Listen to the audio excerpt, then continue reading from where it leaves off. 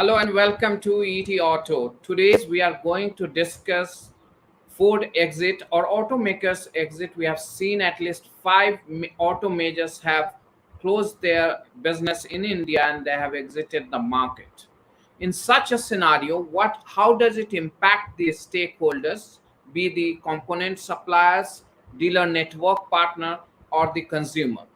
To discuss this pertinent issue, I have a very special guest today.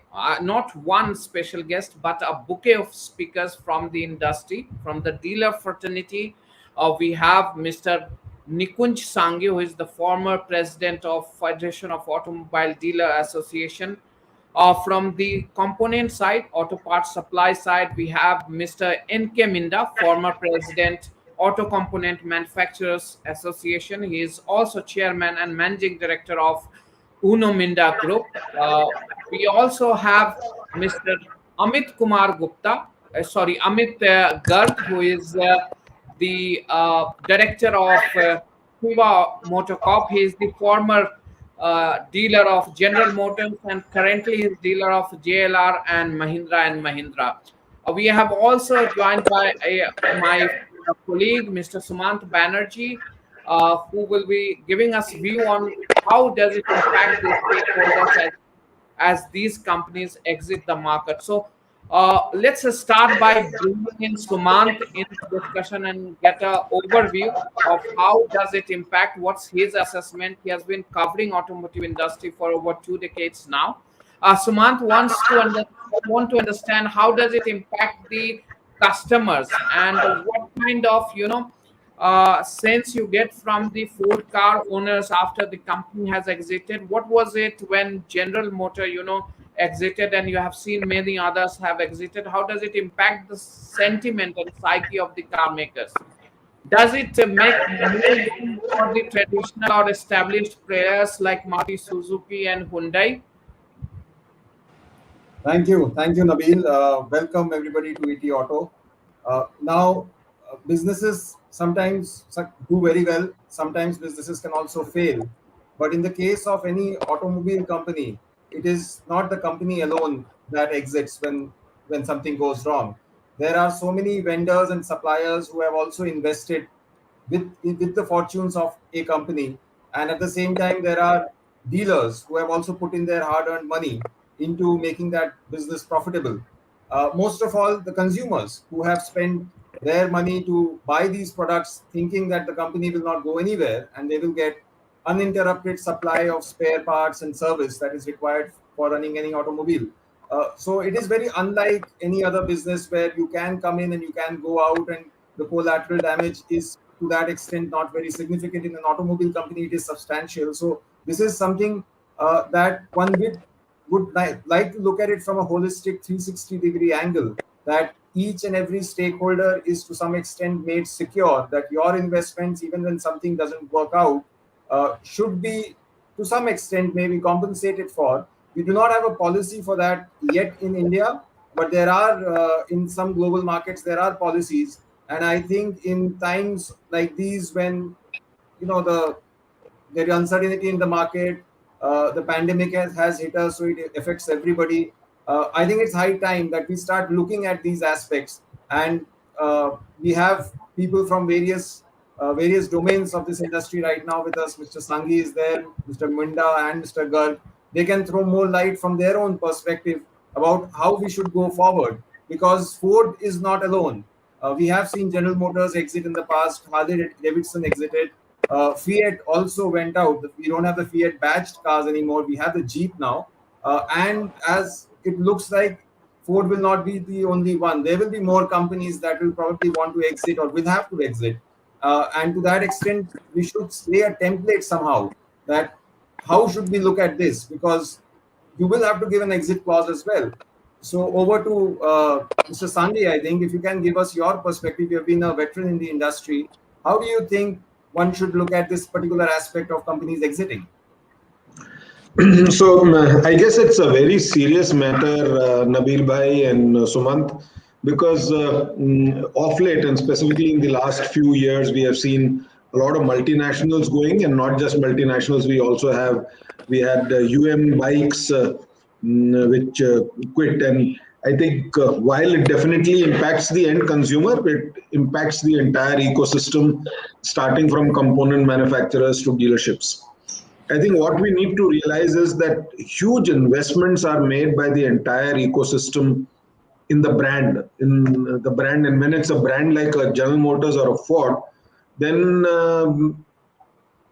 a lot of investment goes, because as dealers or as component manufacturers, we are confident that it's a multinational with a footprint across the globe. It's a big brand, and investment in the big brand will mean good returns, good recognition. And so, without asking any questions, I think dealers end up making huge investments in infrastructure, in manpower, in working capital, in spare parts inventory, and what may be, I think everything. But of late, we have seen that because a manufacturer is not doing well, they not only quit the country, but they quit without any previous notice. I mean, I have known both, in most cases, that till a couple of months back, manufacturers have actually projected that they're going to launch new models, that dealers need to shore up. In fact, they need to bring in additional working capital, and that they'll also show the kind of market share that they're targeting.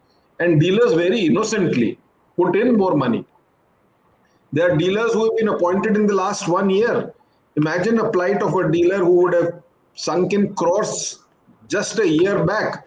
He has not even tasted, because 2 years we have gone through the pandemic. What would be the plight of that dealer? So I guess it is extremely essential that there is a policy, there is a law which regulates not only the entry but also the exit of multinationals, and adequate precautions are taken to compensate the consumer, the component manufacturers, and the dealers, which means the entire ecosystem before they're allowed to go. Because with dealers, we also have manpower. I mean, Ford has 4,000 employees, but dealers, there are about 391 Ford outlets, which employ more than 40,000 people. Imagine the plight of those 40,000 people. So it's an extremely serious affair. And I think FADA has been talking about a Franchisee Protection Act in our annual retail conclave. We brought it to the knowledge of the Honorable Cabinet Minister of Heavy Industries, Dr. Mahendranath Pandey. I think the government will need to intervene in this and make a policy framework which regulates exit of these companies. Nikunji, you have raised a very valid point. We are talking about the investment made by the stakeholder. Of course, dealers are one of the party, but if you look at the component manufacturer, they start working much in advance. Their investment is equally at stake when such exits happen. I would like to bring in Mr. Minda and understand from it, how does the supplier ecosystem react to this, and what kind of impact do you see from the latest exit, that is of Ford? And do you think some of the component makers who have their relation with the global headquarters, how is that translated? How much of business is cancelled? How much of business is realigned to the headquarters? How do you see this impact?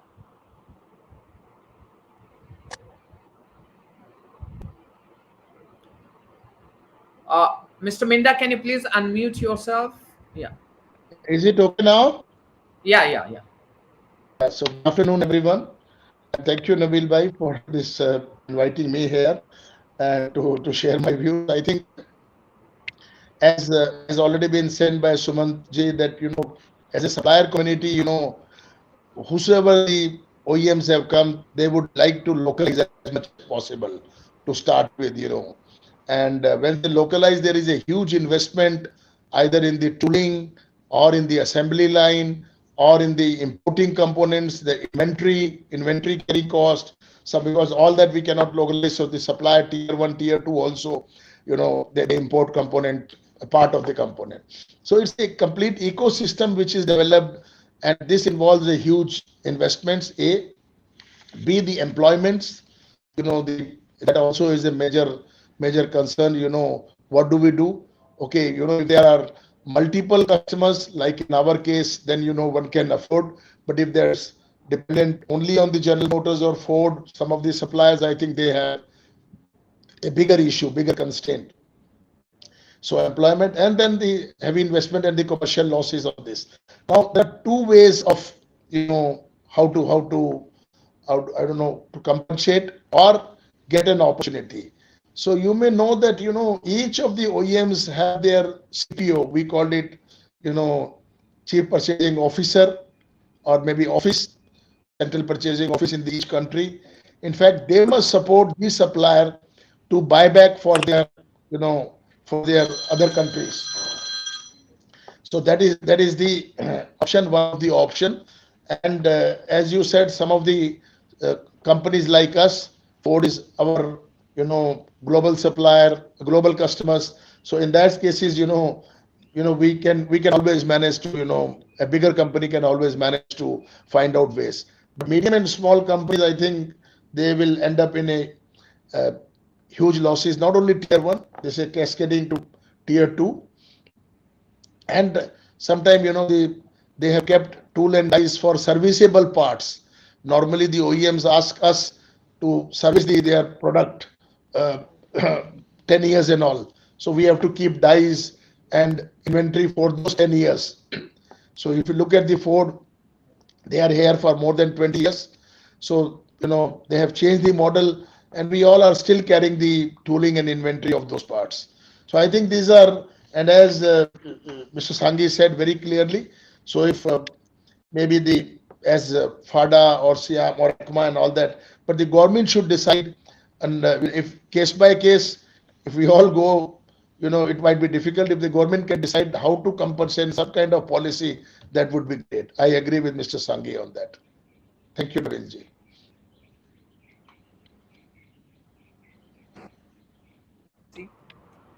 Mr. Minda, do you have any estimation of what kind of loss the auto component values chain will suffer because of this exit that you talked about right now? Any estimation? No, I think I think it is very, very tough, and to comment also on my part, because this is an OEM, how many suppliers they have got, how much investment, and some of the investments are given upfront, but some of them are amortized over the period of time.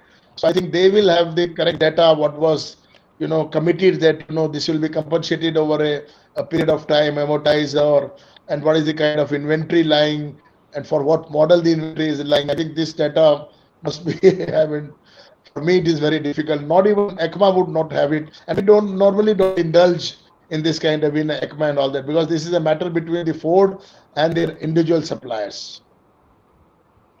Do you have any takeaway from the previous exit that happened, like General Motors and all? Do you have any sense or assessment of losses that the auto component ecosystem may have suffered? Um, Again, difficult questions as in total as an industry, but I think uh, people have been compensated. I mean, the suppliers have been compensated on their investments as a part of it. Always a supplier have less negotiation power in front of the OEM because they are the big brothers. And sometime, as I said before, that if they are buyer anywhere in the world for us, then we cannot really bargain much. So whatever they give, we accept it because we have to have a continuous relation with them. But people who are not, having them as a customer all over internationally, they have been compensated for their development cost, their inventory, and all that, partially or fully, case by case. Thank you, Mr. Minda. Here, I would like to bring in Amit Gargji. Amit is a former dealer of General Motor, which exited a few years ago. He is now dealer of Jaguar Land Rover and Mahindra.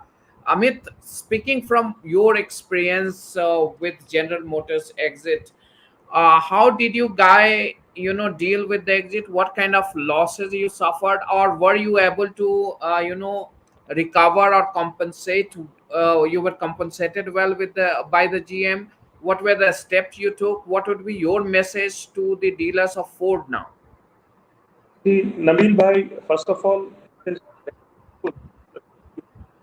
uh, establish a dealership and then you invest so much of money when they invest so much in manpower and equipment, then there's CI elements of the all that. It's a costly affair to set up a dealership, and when a man or any entrepreneur invests so much of money, he is not investing for 3 years, 4 years, 5 years. He looks for a horizon of 20 years, especially when the multinational companies and auto giants like General Motors and Ford name comes to anybody's mind globally. So it's a big loss for the dealership in terms of money. Then it's a big loss to the manpower because dealership is a very, very manpower intensive job. In a workshop, in showroom, minimum in one dealership, more than 100 people are working in any time, direct or indirect. So it's a big loss for their families. Their jobs are also gone. Leave apart the losses which dealership make. It's a basically it's a job losses for thousands of people in the dealership which will be closed in just another 1 month or so. So I have seen all this. It's very painful. And you were also there during the General Motor exit time. We met that time, and even Nikunj Bhai was quite instrumental in doing the negotiation with General Motors and getting them onto the table for the negotiation and everything. But what I have seen, like Minda Saab has told us, manufacturer is a big brother. He has the upper hand. So we don't have any say. Whatever package they are giving to us as a compensation, we have to accept that. We don't have any other options. And it is absolutely right what Nikunj Bhai is saying. There should be law in our country. There should be a franchisee agreement should be made in a way in which if the company is exiting India, if the dealership is open in 90s, and if the manufacturer is exiting within the less than 15-20 years, then there should be some law for the good compensation, so that the dealer principal who has invested the money so much and their employees should not suffer. And there is no such law available in our country. At General Motors times also we have faced this. Now again the pain will be same with my Ford dealership brothers and colleagues, everybody. So it's quite painful, and it's a big loss, and their compensation doesn't suffice our losses. So ultimately we made a huge losses when they exit. Their compensation is not at all, it's not at all making a losses going away. So Very, very valid, Amit. If I can come in and ask you, because you as a dealer are directly coordinating with consumers and who also probably feel a little betrayed whenever a company makes a very sudden exit. So can you give us a perspective of how do the consumers react in the aftermath of something like this happening? Somebody might have bought a car within the last 1 year, and suddenly he sees that the company is away. So the first direct impact is obviously on his resale and residual value.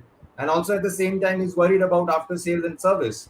And he will come to an existing dealer who himself is very worried. Give us the consumer perspective. How does the consumer look at instances like these? And how do you sort of build any kind of confidence or assure them of whatever the company is saying? So Sumanji, you have a very valid point. I just explained the plight of a dealer and their employees. I haven't touched customers, which is a very, very sad part. The customers were coming to us, approaching my friends who has bought the car, my colleagues, my family, my friends. And I am from a very small city, Ghaziabad and Noida, and we are living since last 100 years from here.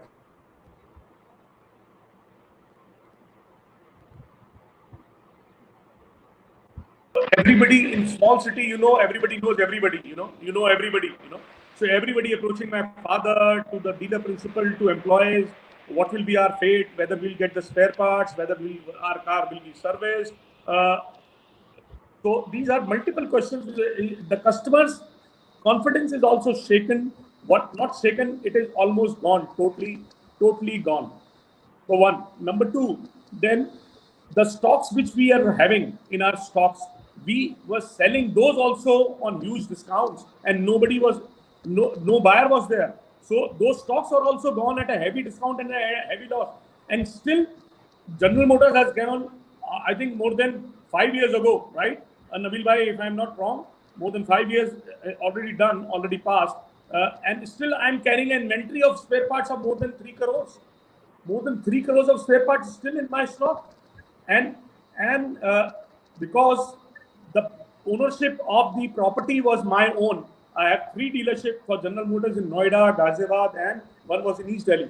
So two properties were owned. So I don't have to give the rentals, and all the staffs were old and everything was old. So I'm still running those workshops still, because I'm in a small town. I have a dealership of Mahindra also. I have a dealership of Jaguar and Land Rover also. If I will do injustice to those customers, they will not come to buy from me again to Mahindra, or they will not come. I'm a Bajaj dealer also since 1970s in Ghaziabad and in Noida. So nobody will come to buy Bajaj dealership also, because I have a larger stake in automobile. So still I am running that workshop for them. And I think it is only one of the very few workshops in North India or India which are running still after 5 years also. But my spare part inventory is still has reduced from 3 crore to, I think, 2.5 crore, 2.75 crores. Not still I'm carrying that kind of inventory. So it's a total loss situation for everybody. Either it is customer, or it is a employee, or it is a vendor, or it is a dealer principal. So that's about it. That's what I can say. Certainly it becomes important to bring in the OEM perspective also. That will bring in the next session that we'll do at 3. Nikunji, I would like to bring you in here. You are also a corporate lawyer. I just want to understand what are the legal avenues uh, dealer partners or component makers have, and why do they not come forward and pursue a legal course of action for long term? We see that their case filed, and then again out of the court settlement happens and everything closed. Why is it that we do not have a very stringent law against such exits, or the dealers are compensated rightly? Because I hear from some corners that dealer are compensated, but whenever I talk to the actual dealers, it comes out that it's been not as good as it was expected. So just want to understand from both sides, from the legal perspective, and also you are a FADA, former president of FADA, and active member of FADA. So just want to understand both side of this story. How does it pan out? So, coming to the legal aspect, Nabil, I think one of the things that we need to understand is that dealer agreements are extremely lopsided. They are absolutely biased in favor of the manufacturer. And if we want a dealership, I think we almost sign those agreements with closed eyes. The dealerships are standard dealer agreements. We don't have options to negotiate the dealer agreement. So if you want to become a dealer, sign on the dotted line. Otherwise, you don't become a dealer at all. And all the conditions in the dealership agreement are pro-manufacturer and anti-dealer, I would say. So even if we do go to court under that agreement, the chances of getting adequate relief are not there at all. And therefore, I think it is essential that a model dealer agreement comes in, which takes care of the entire ecosystem. So I'm not saying it has to be lopsided in favor of the dealer. We need to be on the same platform. We need to be on the same plane, the dealer and the manufacturer. I think both make huge investments in the brand, so they should be on the same plane.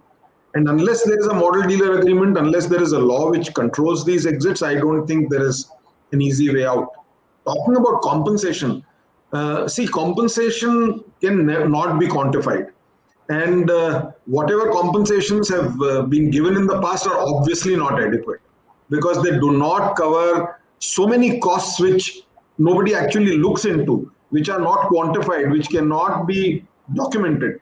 Those costs are never even looked at. I mean, the entire corporate identity program, and it is expensive. Believe me, it's very, very expensive.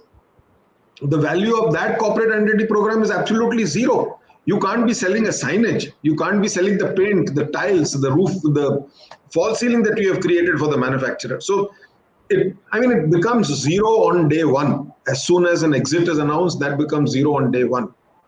The other aspect which we need to look at, and I think specifically in face of the new Consumer Protection Act which has come in, the new Consumer Protection Act says that the dealer and the manufacturer will be jointly liable for any losses or any damages which the consumer incurs. Now, in a situation like this where the manufacturer has gone out, the dealer is left all alone. And these consumer cases can come in for the next 1 decade. Who is looking after those consumer cases? How will the dealer ever be compensated for those losses? Because most of the time, it's the product failure which results in a consumer case. How does the dealer handle it? How does he handle the legal costs? And how does he pay damages when the manufacturer has walked out? So I think these are very serious issues which need to be looked into. And I think as the automobile market of India matures, as people start understanding what automobile retailing is, because automobile retailing is not about selling a product. Automobile retailing is about starting a relationship, and that starts with the selling of the product and continues for a minimum of 15 years. That's the end life which the government prescribed for a petrol vehicle and more. So if the new policy, the scrappage policy says that you can go in for a re-inspection, and if the inspection is okay, then your vehicle will be certified against as roadworthy. So this is an almost a perpetual relationship that you have with the consumer, and you can't just shake it off and walk off. So I think it's a very deep-rooted issue and needs resolution. Until the entire ecosystem comes together, including the government, including the consumers, there will not be a solution to exits like this that we have seen. And rightly said by some of you that this is not the last one. There are others which India might see, because India is one market where some of the manufacturers have less than 5% market share, and there are a couple of manufacturers who dominate almost 70% of the market. So what happens to all the rest? I think a number of them might be looking at an exit, and if that be so, I think we need to be careful and we need to take action now. So there is a possibility of impact on the companies which have marginal market share in India.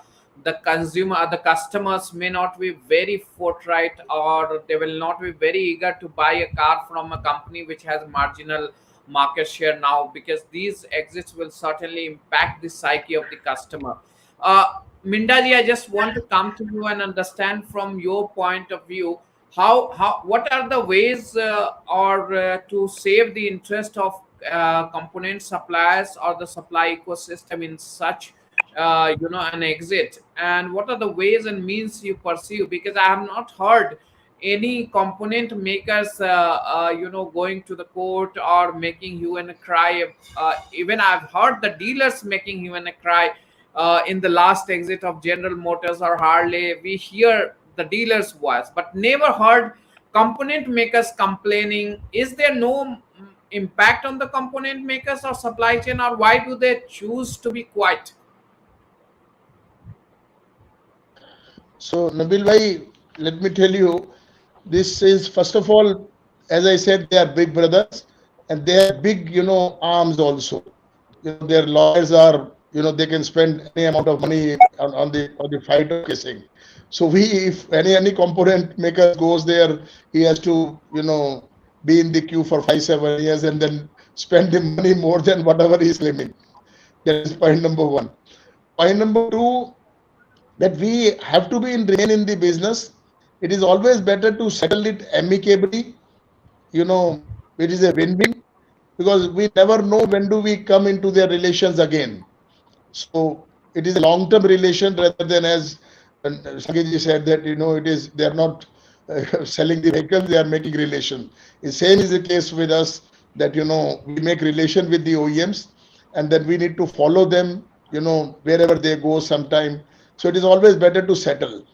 And for the smaller who are dedicated supplier to the, let's say in the case of Ford or General Motor, whosoever is leaving, I would again say that they must either compensate them fully, because their liability on the employment and also are more, or they must, from their international purchasing office, they must buy these components from their any part of the world. But I think legal is not a solution, and maybe some kind of a compensation. Whenever somebody exit, if some kind of compensation policy is made to the supplier as well as to the dealer or to the service or to the consumer, I think that would be great. Uh, I would like to add, because this question is related to the dealer side, the resale value of vehicle also is reduced immediately. I don't know, it's not mentioned. Now Ford resale value is immediately gone. Who will, the day it was announced. So similarly, I think we must work out some kind of a package which is common to everyone, that this is the way we are going to compensate. And legal is not an option, I would say, for a big brother. Sumant, what is the feedback coming from the Ford car owners or General Motor car owners or the Harley owners? You have a lot of friends who are owning these cars and you keep interacting with the consumers also. So, what's your thought? What's your feedback on that? So generally, the perception is that Ford really made good cars. So there was not really any problem with the product per se, which wasn't the case with some of the other manufacturers who exited in the past, or some manufacturers who are not doing very well in the market right now. Unlike them, Ford was always known to make sturdy, solid cars, good engineering, good engines, fairly fuel efficient, and unlike, say, for example, the European car makers, they were also very attractively priced. I would not say they were priced very low, but they were not atrociously high priced for the technology that they offered. So product wise, there is no problem that I have heard from consumers, but they are dismayed by the fact that Ford never quite got going in India. And that is a problem that most manufacturers in India face. Everybody turns out to be probably a one product company at any point in time. So one product will do well, but you don't have a very solid, aggressive product pipeline that can sustain that kind of momentum that you gather. And then inevitably it fizzles out, and then you think about bringing some other good product which probably comes in 2 years or 3 years of time. So there is always a lull, and then there is some momentum, and then you again go into a lull, which is the same track record that Ford also followed. But as of now, it's been almost like a week since Ford announced that they will be exiting. There is some sense of shock among consumers. We in the industry, we were probably expecting this, that ever since the Mahindra deal did not happen, Ford will probably take this call of exiting India. And so it doesn't really come as a surprise to us. But consumers were still hoping against hope that, this is a big American company. They might change their strategy a little bit, but they will never exit it. And nobody thinks that at the end of the day, suddenly the blue oval will be no more. And so there is a sense of shock. Obviously, resale value takes a hit. And so I would like to ask this question to all of the panelists here, that Mr. Sanghi mentioned that there are two very large companies in India which almost have strangulated the market between themselves. Almost 70-75% of the market share is between the top two or three companies, which leaves very little for all the others. Now, as a consumer, when you look at these kind of exits, would you now try to probably buy cars which come from tried and tested, trusted brands, and go back to the fold of these two or three companies? Also, from a vendor and dealer perspective, would you now think twice or thrice before you put in money for anybody who is coming into the market? I know most of the manufacturers are anyway here, but there will be probably a few more that are left, and they might look at it coming to India in the next 3 to 4 years. If they come to you and they are asking you to make a lot of investments into the business, would you think twice, given the fact that you have had so many exits in the last few years?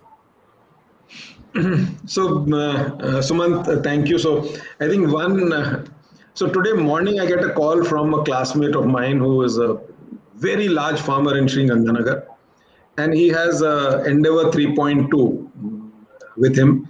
And he said, Nikunj, what should I do with my car? I said, is your car doing well? Kehta, yeah, it's only a year old. So I said, then please continue to use it. I mean, why are you so worried? He says, Nikunj, everybody is saying that the resale value would have gone. I said, yes, it is already gone. So now you enjoy your car, forget about resale. But he says, what happens to service and spares? I think I told him for some time, I don't think you'll have a problem. But yes, ultimately, service and spares will become an issue. So that is how the consumer reacts. coming back to Sumant when he says that, will you think twice before investing in this business, specifically a new brand? I think our business is extremely funny, and let me confess that Ford is a known manufacturer, General Motors is a known manufacturer, they're big global brands. Even if a brand which has no name advertises for a dealership today, there's a queue at his office. Hundreds of people apply for the dealership without even realizing what they are going into and without realizing what happens when that business closes. So dealership historically has been a very attractive proposition, and there are still a lot of people in business who feel that it's the ultimate nirvana to get a dealership. And those are the kind of people who will invest in brands known or unknown, and definitely in brands which are known, without realizing what they are going into, what they are getting into. And believe me, automobile dealership business is not easy. It has become very, very complex, and it's not easy to make money in an automobile dealership. You need to stretch yourself. You need to get into every probable revenue stream that there is to give you even a average rate of return, forget a high rate of return. So it's not an easy business, but India, the way it is, I don't think manufacturers will ever have a problem finding dealers, even if they have to close down. Mindaji, your thought. And I would like to add now, maybe on the Nukul side, now Tesla is coming. Who would not like to have the dealership of Tesla? Because Tesla, if you look at the market, 100%. who would not, saying. and which are the component manufacturers would not like to be engaged with Tesla? So it's a chicken and egg story. Not only Tesla, there are in the two-wheeler segment, there are about 20 or 30 new age EV manufacturers have come. So we all would like to be engaged, all the vehicle component maker would like to be engaged. We never know what will happen to whom in the near future. So this is, again, I said, this is a chicken and egg story. You have to take a risk, and when you take a risk, something can happen. But if you make, like these days, more and more, as I can talk about ourselves, more and more kind of a long-term relationship, people are looking. So there are some values, ethics in some of the OEMs. They look at the long-term relationship like family. They look at you, they look at your investment, they look at your cost and everything. And someone, are not so, ecosystem friendly. It's just a buy and sell. I think you'll have to be careful. What are the ethics and value system with the different OEMs, and then you'll have to take some risk in the business. This is all my point. Amit, will you rejoin General Motor if they come back and they offer you a dealership? A very good question. Yes, I was dealer for more than 17 years, and I had a very good time, and we had made money out of the company. But yes, ultimately we have that all converted into losses, and it's a big brand. So it's a very tricky question what you're asking. If they're coming with the right portfolio at this time in India, with only luxury cars, Cadillac and GMC, then I would go for. If they're coming again for the small cars, then I will definitely not go for the dealership, because that same mistake I will not repeat again. So what nirvana? Let me chip in, Nabil. Let me chip in. Amit will definitely become a dealer for GM, irrespective of the portfolio that they come out with. Nikunji, what's the nirvana that people really get by acquiring these dealerships? You talk about the profit margin that hovers around 2 to 4%, 3 to 4%, or 5% at max. And the retail cost, real estate cost, the manpower cost is rising. It's making a huge rising curve. In such a scenario, what really attracts people to get this dealership? So I don't think people who are in this business for money. What a dealership does is give you a lot of recognition, a lot of respect, and you as soon as you become a dealer for a brand, you become a somebody in that city. You become somebody in the society. And I think it is that somebody that you want to become which attracts you to this dealership business. We have seen jewelers, we have seen real estate giants coming into this business who are making tons of money, who are not being in the dealership business, but they are not known. The city doesn't know them, people don't know them, and they want to get recognized, they want status, they want that glamour, they want that marquee.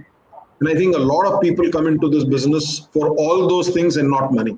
It is only after you get into this business you realize that there is no money in this business. If you are looking for a slow and steady growth, if you are satisfied with average, reasonable rates of return, and that you are honest to your entire ecosystem, only then this business makes sense. Otherwise, it does not make sense, and definitely not a business where you can make quick money. You have to be extremely patient and you have to invest long term. और सानी जी Absolutely आजकल तो correct. आपके What Nikunj bhai is आजकल saying is just a absolutely moment correct. and आजकल तो आपका नाम भी लगा देते हैं आगे so and so for so and so you get an opportunity. We as a back end, as a supplier community, we don't get this, you know. Okay, But just in for the lighter mood. Huh? again, in aftermarket, auto component supplier can build their brand. Many of them have built. You have a brand. Minda is a brand now in India. Many, No, but you have an agreement with the OEMs. Many a time you can't sell in the open market. The smaller ones, especially, are not allowed. So before we, that's a fantastic conversation we had on this subject. Now we'll move to the next panel discussion. Before we get into the next one, I have few questions from the audience that I would like to include. The first question: where does India stand vis-a-vis China, Indonesia, Thailand in terms of auto manufacturing facilities?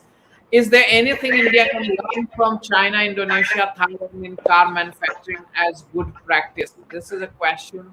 Probably Mr. Minda can uh, answer this. So I think each country has different dynamics. Each country have this different policies, whether it is related to the electric vehicles, whether it is hybrid or maybe hydrogens. So each country have their different regulations, different market dynamics, different consumers, different taste of consumers, different segment of cars. It is very difficult to benchmark the each country by country. But yes, you know I can just give an example. In the two-wheeler, we are very good in motorcycle, but we have plant in Indonesia. There, the motorcycle style is different. They also call it motorcycle. It is neither scooter nor motorcycle. It is something kind of in between vehicle.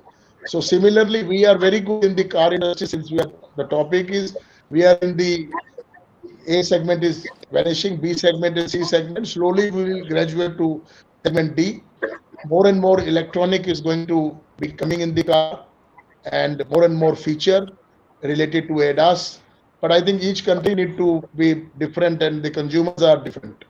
So this is very difficult to benchmark country by country. Sumant, over to you. Just want to understand from you overall. You have been covering auto industry for a long time, from the consumer side also. So, what kind of a shift in the consumer mindset do you see after all this has happened? And what is your thought from the other OEMs, those you see already on the margins operating at 2%, 1%? We see them and making announcement of investment, making all the positive announcement, even a week before they finally exit. Last time also, GM was to launch a new product. They sent an email and later to all the dealers. And you see, Ford has also just 10 days ago or just a week ago before they exited, they set up a dealership in Noida, NCR, if I'm not wrong. So, Yeah. in such a scenario, how do people assess the situation? Do you have any thought, any idea? How can we make out that, because we see a lot of headlines coming around that this much of investment, this much of market share, we are going to boost sports, this and that. Ford, in fact, announced an investment of $5 billion and about 5,000 crore in Chennai R&D center. So after such an announcement, what does it happen? What really it takes for these car makers to suddenly announce an exit? We understand those who closely observe the company from back end, they understand what's cooking there. But what is for the people? What is for the common man? Our job is to keep people informed. How can we make it easy for the users or the car buyers that they could sense that there is something cooking? What would be two, three factors that you would like to highlight? I don't think it gets any easier when you have such a fractured kind of a market as we have in India, where consumers are also smart at the same time, but can also be naive in many factors. There's no doubt that we are in for a lot of churn, an intense churn in the industry over the next 5 to 7 years. There are multiple factors at play. The technology is changing. Probably we will say a lot of companies, new companies coming in, a lot of existing companies going out, because the electrification that we talk about, or autonomous driving that we talk about, connected cars we are talking about, these are very high investment games. Not everybody will succeed in this. There will be new companies that will do much better. So the whole paradigm will shift and change.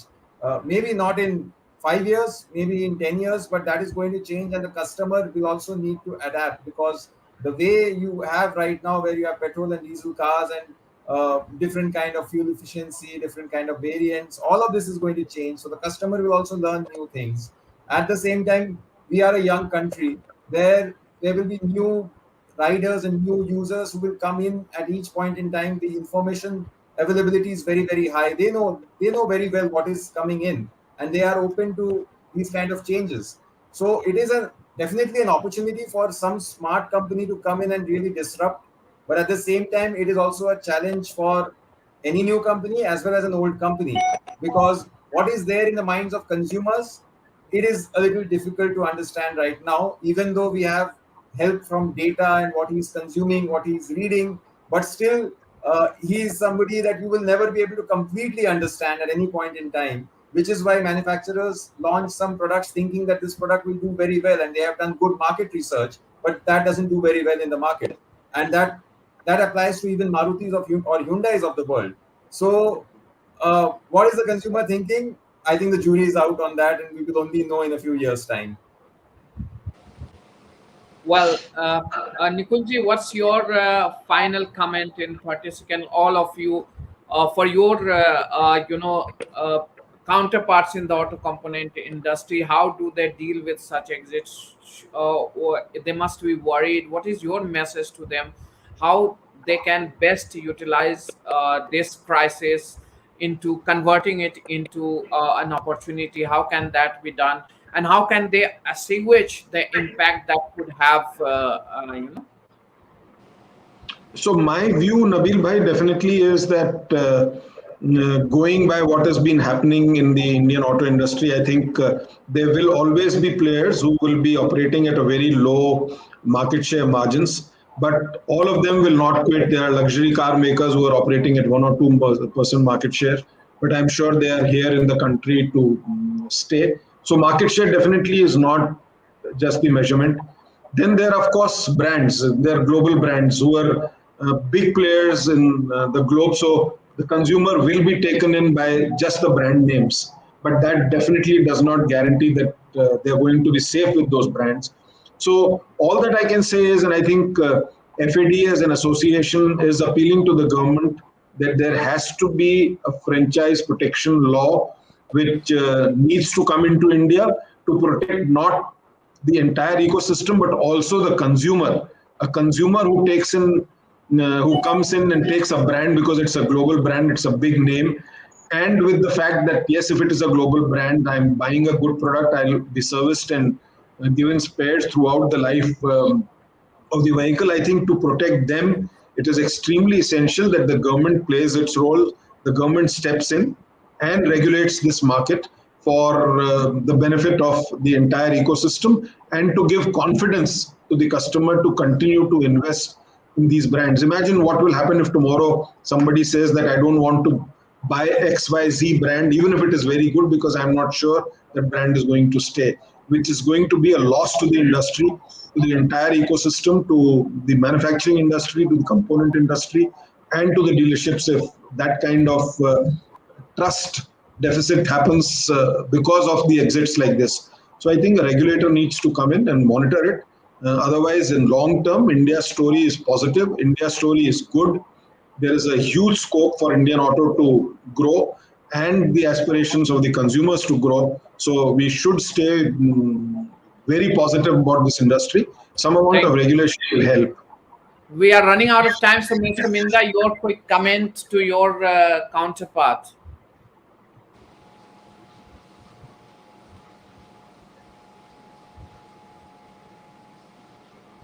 You're on You mute, are Mr. muted. I'm sorry, I was mute. So I'm in total agreement with all the panelists, whatever has been captured. And I would say that other than that, the stakeholder, the biggest stakeholder is the employment. And the employment, how to deal with those employments, sometimes. So that also is an issue. And a compensation. So my input is that a compensation policy should be decided, which should be approved by the government, and then to the supplier or to the dealer, and to the employments of the company and the supplier. So, and how can they, again and again I'm saying, it is not only the compensation, the tool, dies, assembly lines, huge investment by the and how can they, the company use this for their global models. That could be the Thank you, Mr. that would be the best, because they are in continuous business. We are cost effective in this country. We all know, when we are asking our vehicle prices vis-a-vis other, even the developed country, underdeveloped country like Indonesia and all those, Vietnam, those vehicle prices and our prices, we are far lower, maybe 20-30% lower vehicle prices than those countries. So our components are also economical. So they should think of using this, creation in their Oh, different part of the world. thank you, Mr. Minda. Amit, what's your message to the Ford dealers now? Sure. You're on mute, Amit. Basically, since there is no clause in the dealer agreement, company and dealer agreement, what I have seen out of my experience, nothing dealers can do. Whatever the company is proposing, the compensation, that only they will have to accept. And I would request Sangiji and FADA senior board members and government also, and the journalists like Nabil Bhai, you also, that this matter should, it's high time now, this matter should be taken up with the government, with the manufacturers, and there should be some easy exit route for the dealers also if the manufacturers is going away for the future, because it's not the first time, it is happening for the third time. First is General Motors, then Harley, now this is now Ford Motor India.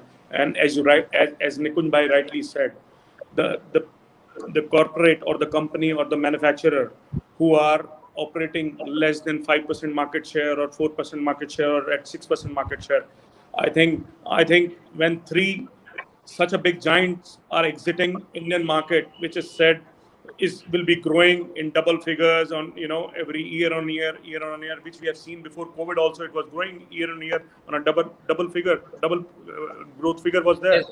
So when they are exiting markets like India, so other players can also think about it and they will leave, because it is hard to operate less than 5% market share in the country.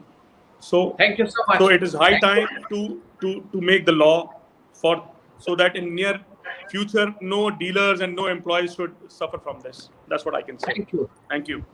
A neutral franchisee law is the need of the hour. That's the interest of the supplier and other stakeholder should be protected under a law. That's the crux of the discussion that we had. Let's move to the next panel discussion that is lined up with the experts from the industry. Thank you so much, everyone, for joining in today's conversation. Please continue We'll join back after a small break, after a short break. In just 3 minutes, we'll get into another panel discussion. Thank you so much, everyone, for joining Easy Auto. Thank you so much. Thank you, Thank Nabil you. bhai. Thank you Thank you, so much. Naveen bhai, for having us. Thank you so much. Thank you.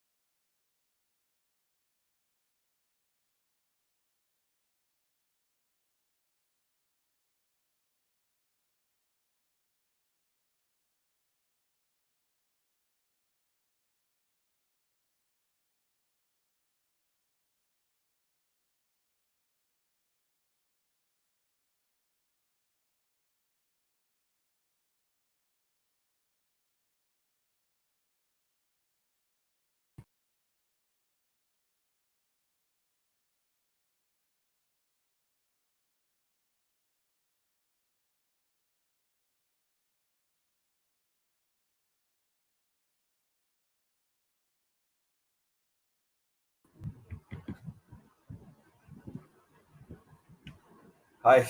Hi, good afternoon and welcome to ET Auto. And sorry about the glitch with the audio. We are today discussing the exit of Ford in India and the various ramifications of this for a market and consumers as diverse and competitive as India's. Now, with the exit of Ford, in a way, this is the end of the road for American automakers in the country because General Motors and Harley Davidson, they also exited within the last 5 years. And one can tend to see this as a very typical American problem that companies from the US tend to struggle in the automotive market in India.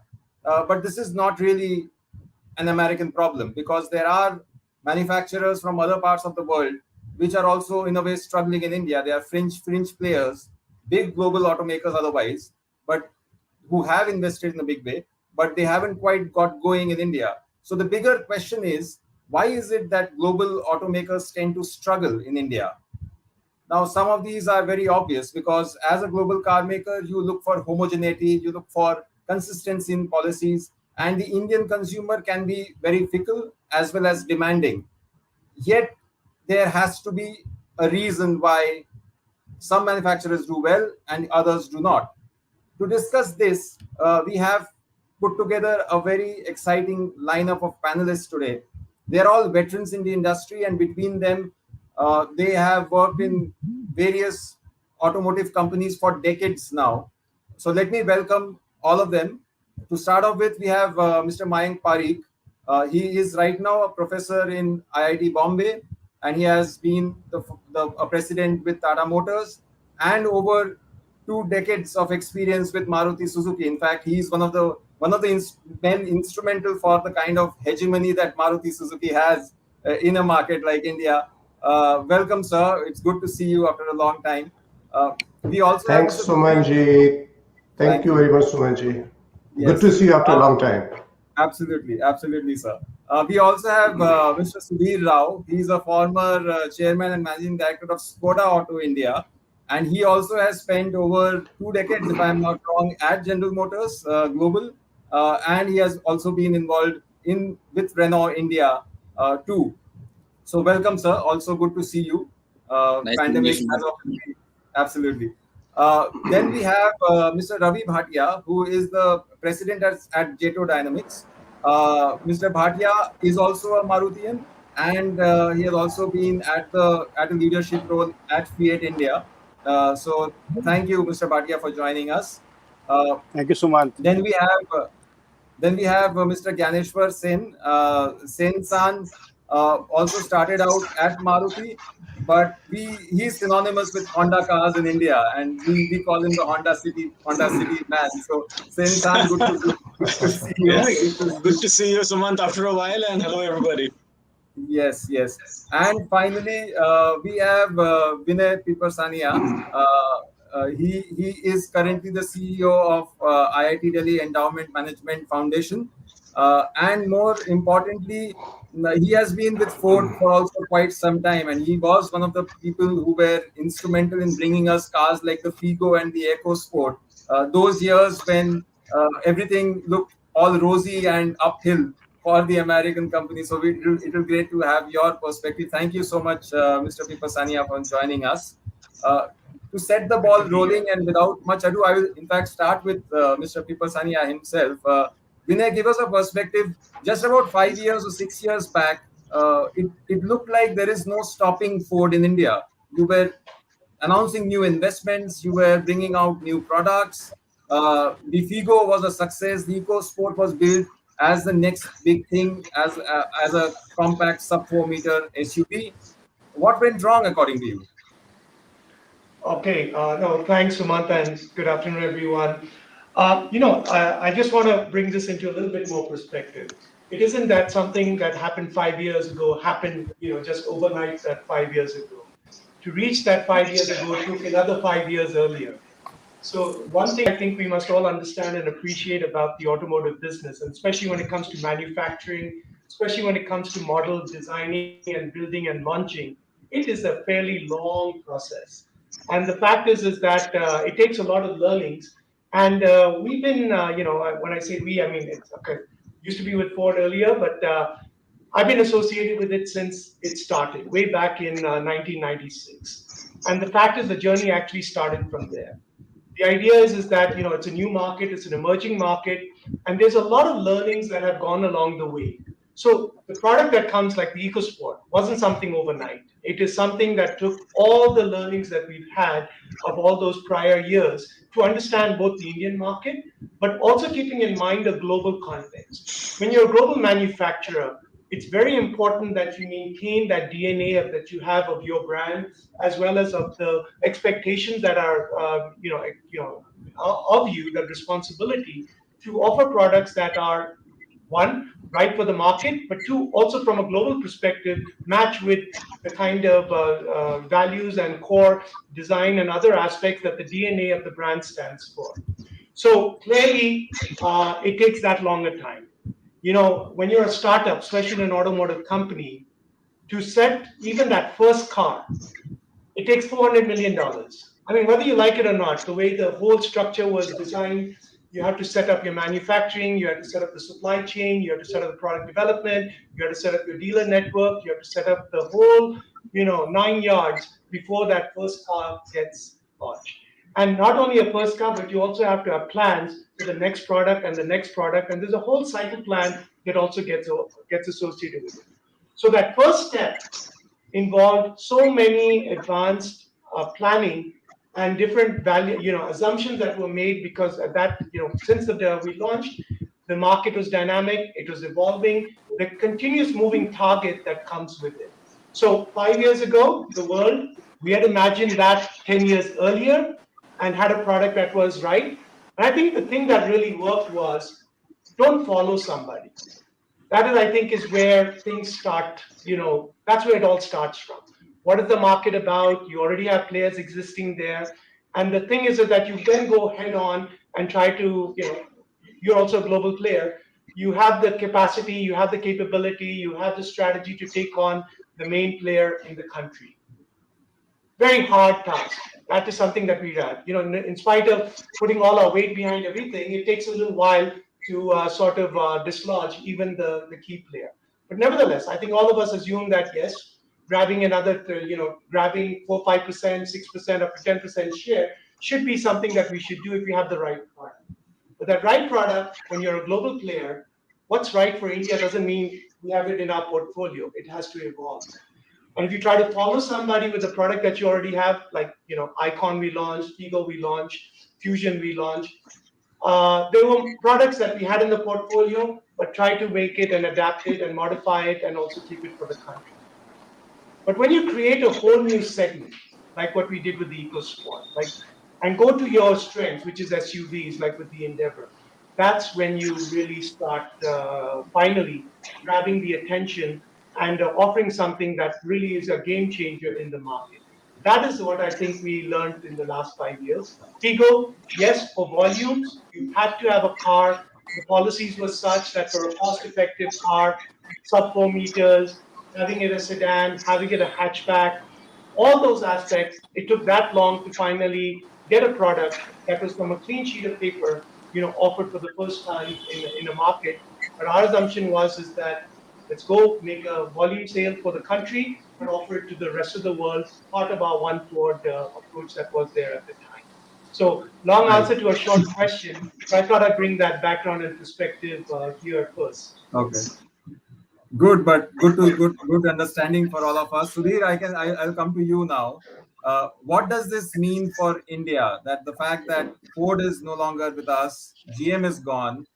From the two-wheeler side, Harley Davidson is also no longer in the market. They're trying to make a comeback of a different sorts with Hero, but essentially Harley is also gone.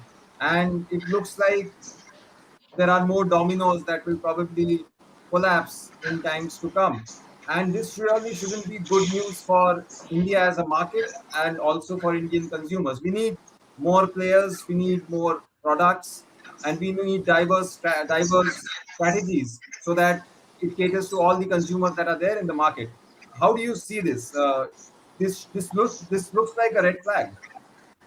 Yeah, I think the answer lies in the first comment you made, that this is the second American company to leave.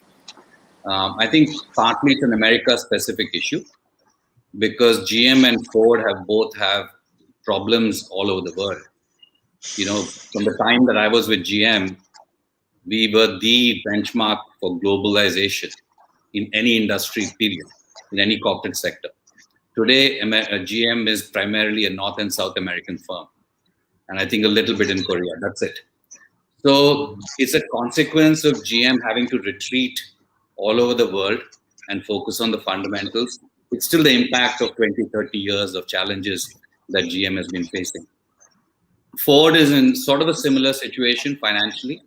So they can't afford to sort of keep funding non-profitable projects. So I think it's a very American situation, American firm situation, not an American country situation. That's point number one. Point number two is I am shocked that Ford left. I should say that differently. I'm surprised that Ford left. In fact, I wrote a letter to them through a very senior person. So I'm sure it got to the right quarter saying, I'm happy to take over Ford India at the beginning of this year. And when the Mahindra JV fell apart, and I kind of laid out a brief plan as to how the company could be turned around. And I think it had a lot of the fundamentals going for it. But it then leads to the third point, which is a lack of global management and local management, passion, desire, stubbornness, aggressiveness to actually set down roots, stop the bullshit, and focus on the fundamentals and make the business work. It's frankly as simple as that. I laid down poor management globally and locally. I mean, Renault also wanted to leave after we exited the Mahindra JV. And we did an analysis and I had to convince the guys that the French are unfortunately suffering from an inferiority complex. These are the exact words I told them. And that they have the capability to succeed here without running after partners and getting screwed by the partners. So, or screwing themselves in the process, both. So I think they did not know how to deal with partnerships. So we had to convince them that staying in India was a good idea, and the rest is history. Today, Renault is the number one European brand in the company and in the country, and has a capability to stay on if they continue to play the cards right. So I don't think it's a problem with India. I don't think it's a problem with the market. I think the ability for any company who gets it right to succeed here is there. Overall, to your last point, is it a red flag for India? Maybe. I don't think so, to be honest. For the Indian auto industry, there are zillions of players. And, from a competitive dynamics perspective, it's just one more 2%, 3% player gone. And it was like a fly on the wall, sort of more than, I don't think the Marutis and the Toyotas and the Hyundais and Hondas are shuddering in their boots right now, oh God, what next? Sorry, I'm being a bit dramatic, but, it really doesn't matter. The only guys who are going to suffer are consumers. I hope they make plans to look after them carefully. And like I think GM has done, like Renault did for the Verito, what was the Logan. So that's all carefully thought through, at least in the case of Renault. But I hope, that's the big thing. So yeah, I'm kind of nonchalant about it. I think you want to succeed, you can. You don't want to put in the sweat, blood, and tears, forget it. And that's true of any market, yeah. Why just India? Yes. You are known for your straight talk. I'm happy to see it hasn't changed. It hasn't dimmed over the years. It only gets easier. Now I have no obligations to anybody. Yes, okay. absolutely. I don't have to have my mouth muzzled because no corporate PR is going to come down on me like a ton of bricks now. Correct. Mayank San, let me come to you. The one big problem that any manufacturer who comes into India faces is the giant shadow that Maruti Suzuki casts upon the industry at large. It is, and you have contributed to this machine, the robot that you have built at Maruti, that it continues to gain momentum or carry on with its own force, and others struggle in the wake. You as a person have contributed, as well as at Tata Motors, you also competed against it. Give us your sense of how does one compete in a market like India, where you have Maruti and Hyundai corner 70% of the market share. You are mute, I think. Yeah, first, thanks, Sumanji, for those kind words. But I think this was more because of a wonderful team I had. And yeah, everybody contributes. If it is bad, give it to me. Otherwise, I think team takes the credit. But yeah, actually, yeah, Maruti has been a leader. And but why grudge it here? I mean, I have seen a lot of players come, they grudge. I mean, you also in your thing written that Maruti should be blamed not on Maruti. I think instead, I think we should try to learn from Maruti. I'm sure they must be doing something right. In fact, many things right to be where they are. We should also know that success is not permanent. There are examples we have been discussing, and you look very worried that Ford is gone. But honestly, exits are not unique to India, not unique to the auto industry. They have been very common and high flying. As Sudhir, I agree with you. This is not, and this is a very common thing. And this is my special area of focus, why companies fail in a particular market. And this has nothing to do with Maruti's presence as a big player. In fact, I would say that's an opportunity to nib on its share. And that's what we did at Tata Motors.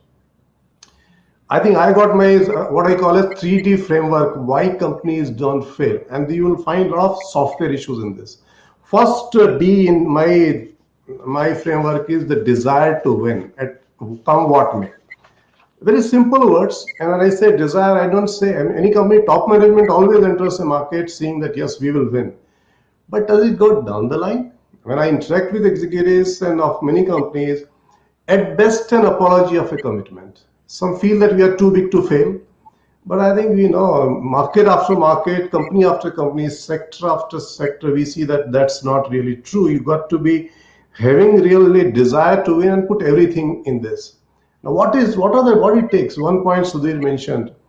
I think you can't bring global solution from Stuttgart or Detroit or Tokyo and implement in India. Finally, the ship drive has to be done by the local people. And local, I'm not saying check the passport. It could be a local, it could be American working in India, but empowered completely to do what he is required to be doing. That's one example if you want to learn from Maruti Suzuki, at least when I was there, at least, I'm sure it must be the same thing. You can do everything. A buck stops with you. And of course, your neck is on the block, but you do everything possible. So perhaps that could be one learning we can learn. So first D is the desire to win and back it by actions. Second thing is diligence. I think the way most people enter India is first is a large population, 1.3 billion, keep on adding zeros and something like that. So that is attractive. Anywhere sitting in a corporate office, it looks wonderful. To be able to serve 1.3 billion of humanity, very attractive. Growing economy, 6, 7, put a number and that percent we are growing. So that also is hugely attractive. And in every category, consumption per thousand, per hundred is so low. So any planner will think, wow, his eyes will like swell with excitement. Why? What I can do. But when they enter India, land in Bombay, Delhi, or wherever, and the business starts, then they realize it's a very complicated market. It's like United States of India. There's not one India. There are many Indias and Bharats and Bharat 1, Bharat 2, Bharat 3, and my God. So you need to understand and play according to that. Now, many find it challenge. In my career, I found that an opportunity. One opportunity means India will never slow down. There will be some Bharat which will be always good, and you just step there and get your desired number. So diligence. Second thing is, do we really invest time to understand who is the Indian consumer? Or we think, I met a lot of experts and I have a lot of respect for them who tell that we'll tell India how to buy and sell cars, which is good. And some of them are not there in India now. But I think every market is like me going to Europe and saying, okay, I'll tell you what to do. No chance. It is an issue to start and understand. So due diligence, for example, Indians, I think Sudhirji mentioned that Indians are very value conscious, but definition of value is different. Even a Merck customer will say he's value conscious, but his definition of value is different. I can tell you one example. One of my friends, he purchased he gifted a Merck Benz to his mother. So you can understand he's a SEC, a rich guy. And he told me, Mank, my mother uses this to go to temple once in a day or maybe once in a week types. So he told me, Bank, I bought it in diesel because it is easier to run. Is it cheaper to run? I'm talking some years back. Like, can you imagine a guy who can present Merck S-Class to his mother for a weekly use, he still thinks that running on diesel is cheaper. That is his definition of value. Now, if you take these insights and keep on doing, we are a very unique market. But fact is growing so fast. Now, coming to Ford. So diligence in every which way is important, and I think some of these companies which you mentioned, and I have big respect for their global operations, perhaps a different view in India. And third is when you have you've done diligence, then back it up with actions. One action is trust the local management. Yeah, you hire highest paid executives, trust them with a complete trust in terms of product, in terms of network, in terms of branding. I mean, we can't say this is our. I mean, with due apologies, this is our global brand, and we should have it here. And just example, I think one of the products that had come in Suzuki, global name was Arthi, A-R-T-H-I, and all of you know what Arthi means in India. So we had to tell it cannot be Arthi, nobody buys it Arthi. Yeah? You go to cremation ground on Arthi. So it took and it was, I don't know how can you tell, but so you had to say, but they respect Indian view because of the past success. Mayank, do you have a problem with Skoda Laura or what? No. I mean, come on. On a cup of wine glass, we'll discuss that. There are many, okay. Then I think, let's say specific action. It's a cost or cost conscious market. Why don't we, like Vinay said, $400 million for particular volumes? I know the companies who do it much less than that. Can we have an internal debate between companies within appropriate technology and cutting edge technology? Can we not have products which are over specs and over engineered? I mean, to be debated, I know to each his own, but I think these are serious debated, and I have tried in two companies. I mean, God has been kind, reasonably successfully to deliver what it takes, and so on. We can keep layering, and I think other speakers are there. So according to me, these three D model, desire, diligence, and drive to achieve that is extremely critical. I think if you see successful companies, Maruti, Hyundai, or take Kia, for example. I think Kia is a start. I think almost when Kia was planning entry into India, Ford must be planning an exit. Same market, same challenges. One was entering and entering. Now Kia is fourth or fifth, and it's possible. Now, if you see just fairly, Sumanchi, that okay, 5 companies account for 87% of market. The remaining, nothing is left. So that way, you can immediately, I mean, you can identify the lower ones should go. But I think no. In a growing market, and I think Vinayji mentioned a very good point that you don't follow, you create new path.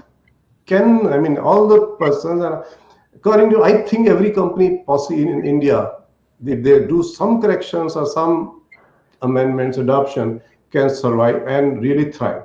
But those have to be done. Everybody can't follow Maruti. That's the story's over. Nobody can follow that, and nobody should even attempt that. It's an un-Maruti. I call it, in Tata I came, we used to call it un-Maruti. Let's not do what Maruti is doing. Because they got a big lead and it's okay. Learning like cost is important. We should learn. Network is important. Can we use technology to expand network? So again, long answer to your short question, because I think Maruti deserves that type of answer. So, but I think it's not end of road for many companies. I think, but you need to, if you maintain a status quo, results will be bad. Nothing like, I mean, many, you can just cut the slice wherever you want. I'm confident, and very wise people, they will come back. Very interesting. Thank you. I knew that you would give lots of food for thought, and that is what you have given us. One main key factor that you have identified is trust your local management. And I think that is something which is in a large way missing in a lot of MNCs. And I'll come to you, Sensan. You've been at Honda, and you've seen great times at Honda. And now we also know that Honda is probably not doing that well. And there are some very specific things that Honda missed out on. You are very well aware of the fact that they do not have diesels, for example. They do not have an SUV portfolio right now, and that's why they are suffering. Would you agree with Mayank San that this trust in local management is probably one of those issues which is holding companies back? So I'll not talk specifically about Honda, but my impressions about all the MNCs in India. And so while Vinay did speak about the challenges of American companies, Sudhir spoke about the challenges of the American companies and how from global players they have kind of bound up from many parts of the world. But even if you look at various other MNCs in the country, I would say there are 3-4 aspects which impact their performance. And it's not that it's impacting all of them equally, because we just spoke about Hyundai and Kia, and both of them have done a great job. So there are 3-4 aspects to it. It's not just about trust or anything of that sort. Number one is, where is the decision being taken? Is it happening in the market or out of the market? Because when you're in touch with the ground realities, your decision will be based on certain data points, or are the data points simply being seen on PowerPoint presentations and decisions being taken in some other part of the world? I think that is one of the aspects which one needs to keep in mind to decide whether somebody is successful or not. The second aspect is related to um, you know following a roadmap.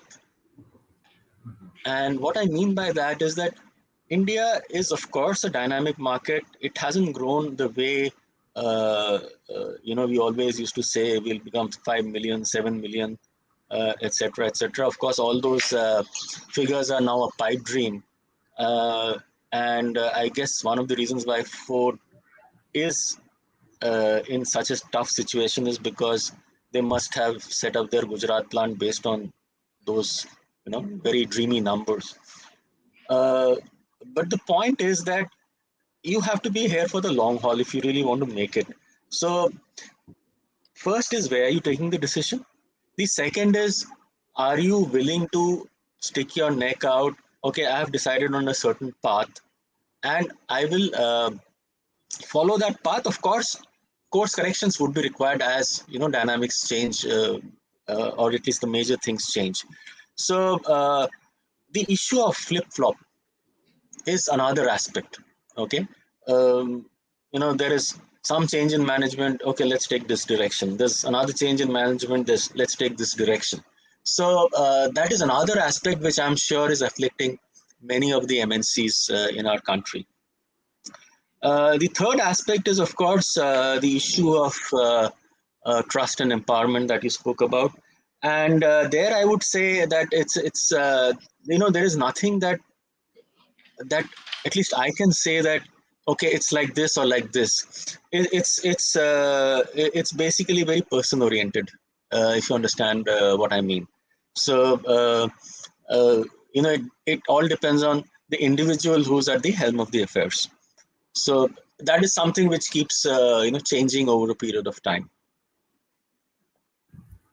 Okay, so Sensan, I'll start with you on the next question that I have, and this is on there's at least one peculiarity about the Indian market in terms of policy, which is the sub 4 meter policy. This is not This is something that is not there in any other market, where a policy specifies what length of a car or what engine size you should have to get some taxation benefit. And there is a feeling that maybe we have outlived the utility of that particular policy. It was introduced in 2006. We are in 2021. The automotive industry, the technology, everything has changed since then. And going forward, there are more changes in the offing. What is your take? Do you think this policy should now be relooked at? And is that something that also acts against global car makers who do not necessarily design cars based on length or engine size? They go for emissions and fuel economy, for example. Do you think we need to relook at that? So my view on this has been clear and fairly consistent for many years now. See, if we look at our country, what are our top, purely from the automotive perspective, we are one of the most polluted countries in the world. Okay, we are the accident capital of the world. Okay, so the top priority is how to reduce pollution, how to reduce passenger and pedestrian safety, or reduce mortality or injury for that matter. So these are the outcomes that we want. Neither length nor engine size can define this. If you want to make the car safer and still be within 4 meters, soon we'll be sitting like this in the car. So because you will have to cramp the space. So I mean, in my opinion, these two things are totally obsolete, and we have to create new norms which are related to safety and emission. And this is also one of the problems why so many MNCs, except for some developing countries, you will not see, and those typically would be Indian cars, you will not see 4-meter sedans anywhere. Okay, there is no demand. So on one hand, we talk about making India the export hub, whereas we are promoting something which has no demand in the big markets. So what are we talking about? So it is counterproductive in many ways. So that's my view in short. Sudhir, your take? Sub 4 meter should be revised, relook at it. I mean, my understanding, I was a supplier at Avtech at the time that Houston had just come back to India. So my memory is a bit blurry on this, but to the best of my knowledge, the way it was created, primarily, I think these were days of very, very high commodity price inflation. And these were also days when I think that we were trying to save foreign exchange, etc. So the immediate driver was fuel economy as a way to reduce the overall cost of transportation in the country. If I recall correctly, that was the driver. Now, whether Maruti had a role to play in it because it also was comfortable enough for the Maruti product portfolio, I think it's partly academic, partly. And I don't know what the reality is, and I don't, so it is what it is. I think the reason it came, and I'm sympathetic to it, let's put it that way, because 4 meters is easy to measure. Now, when you try to start putting fuel economy and stuff like that, I mean, I don't want to talk about the great story here on how fuel economy can be, different depending on what you want to do.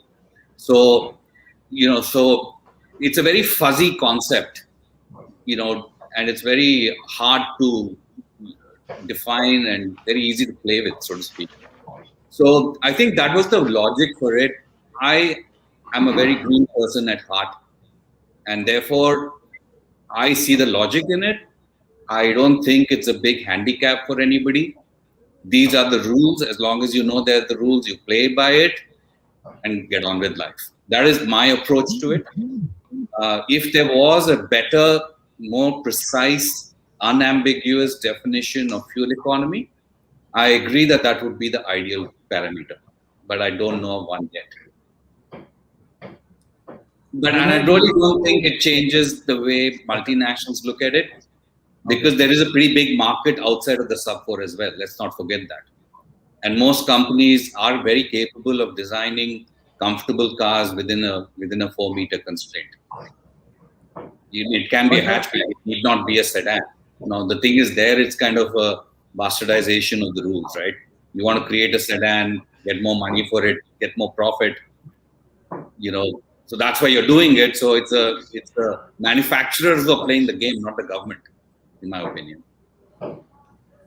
Vinay, do you think this is a rule that goes against global car makers who may not have a sub 4 meter? Not all of them have sub 4 meter cars, but yes, they can make one. But if they make one, probably you will not have a huge market outside of India, not a global market any which way. And so, is this something that actually challenges the whole hypothesis of having a global car maker which is catering to a global market? So the fundamental here is that when there's a constant or a moving change, target or a change of rules and policies, it becomes very difficult to plan with a long time horizon and capex expenses that are involved in a car manufacturing organization. So this would be more from a point of view is, guys, are you sure this rule will stay? There's this whole approach of when do we take that decision that this is going to be a policy that's here to stay. That's the point that really is what is the discussion that happens in the board. So the fact is that, okay, today we had a policy where, if you recall, in India we had a budget every year. every year the taxation was changing. It became an engine capacity, it became ground clearance, it became that kind of thing doesn't help a car business. And the fact is that when engineering, and especially when you're working towards a global harmonization, and you're trying to make scales and you're trying to make cars in the country, but also from a global sort of a marketplace, it starts to hinder those decisions. So the fact is that it doesn't help. But secondly, as we've heard before, that's the rule, play by the rules, we'll do it. And we're capable and smart enough, and engineering, we have both the skill and the capacity to do that. But what happens is that when the rules start changing again and again, something that you've done and got started with has suddenly come to naught, and then suddenly you'll have to go ahead and start reinvesting and start going back to the drawing board. That kind of flip-flop is extremely challenging. So, and that's more importantly, it's frustrating. And it sort of puts the whole global, sort of prioritization on where resources have to go all over again. So I think it doesn't help. But if it is what it is, it's for the business then to take a decision. Do we want to go that all way, or do we stay where we are and wait for it to change again? So I think that's really where a big problem in the decision making and micromanagement by government policy, through government policy, starts to interfere with sort of the decisions that a car maker needs to make. And more importantly, it's the fear, I would say fear or the threat, that this can happen on any other aspect. I mean, we've already seen in the electric vehicles, it continuously changes. It's a moving target every day. Two-wheelers, you're going to do by 2025, now it's gone to 2030, now it's gone. So we're going to stand still till it stabilizes. I don't think, given that there are other markets in the world where we have far more stability and where the capital can be better trusted and the investment can be returned, and we have better sight of what is the sort of product planning that we are looking for, capital will get diverted. So I think for a global player, it doesn't help changing policies so often. If you make a policy, keep it for at least for a planning horizon that is there for product development.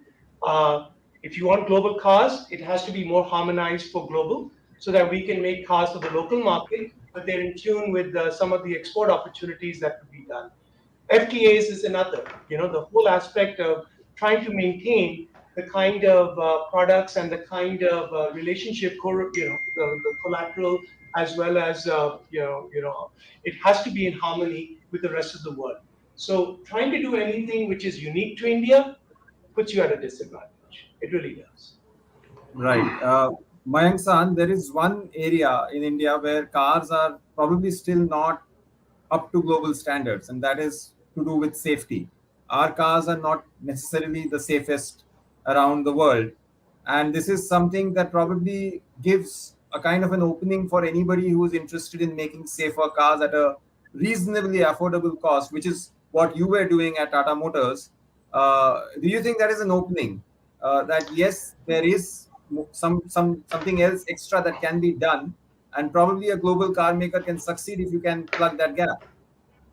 Yeah, clearly. But I think let me just come into the point of debate earlier, which we discussed. And I think my view strongly is first is the sovereign right of every country to decide policies as it deems fit for that country.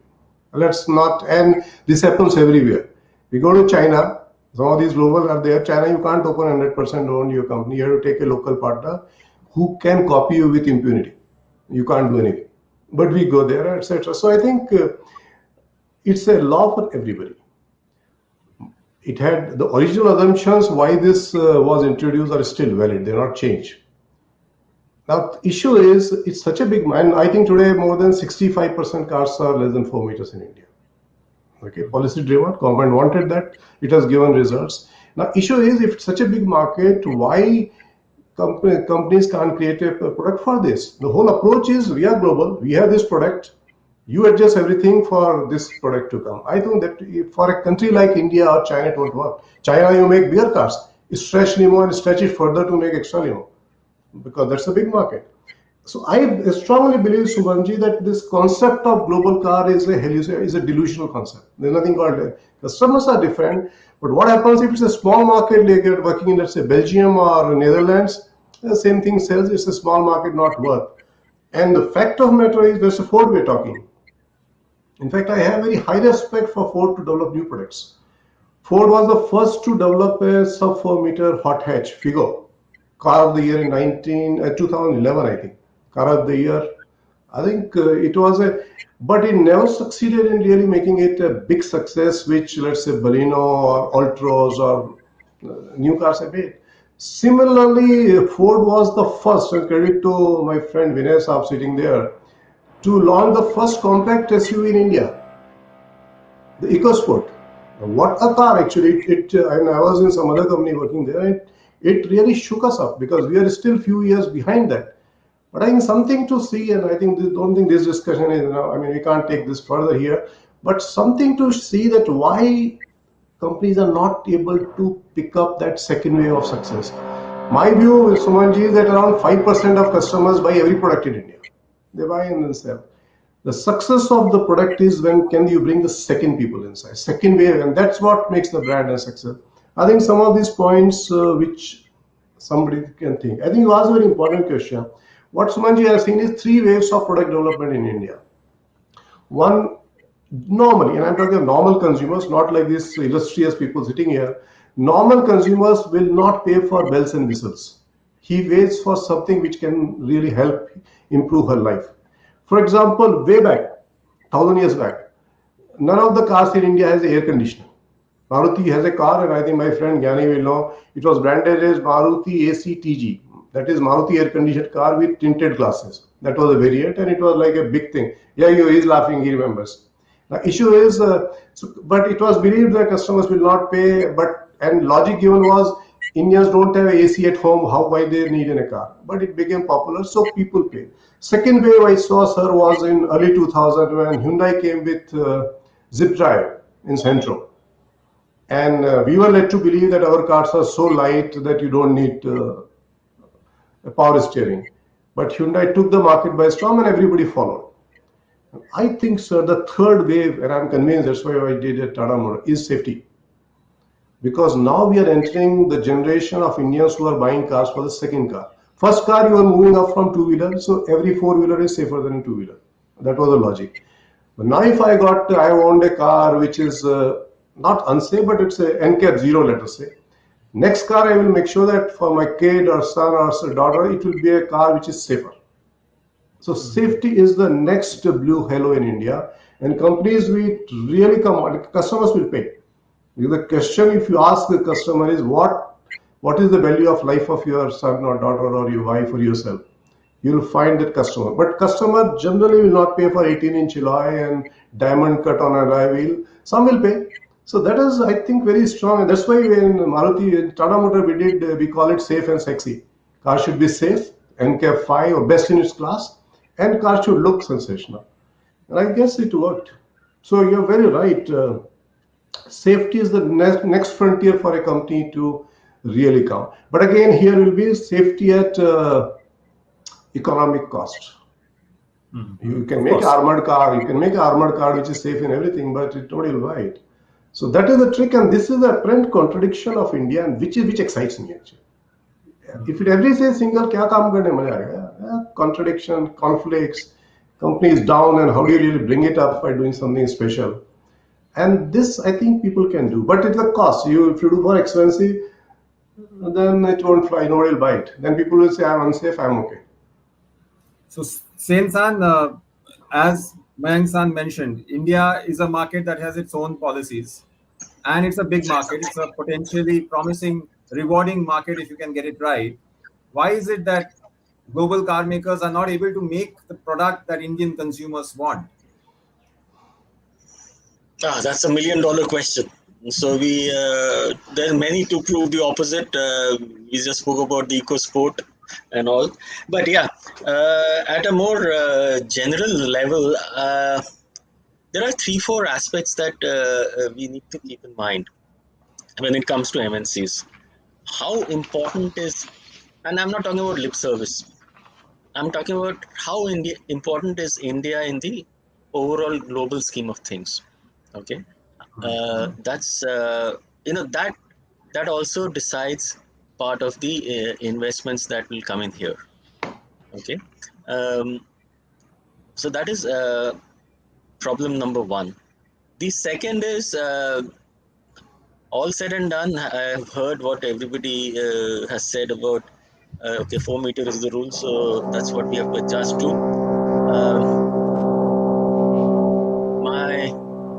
My experience has been that yeah, 4 meter is fine, but and we have to kind of look at things that is it economically viable, okay? Because the primary market is India, and it's already got fairly fragmented. Okay, if we keep aside the small hatchbacks, there's already a lot of competition, and all said and done, the market has not kept up to its promise of growth. Okay, we always say that the long-term story is intact, but it's still a story, really, if you look at the past 10 years, and this has nothing to do with COVID.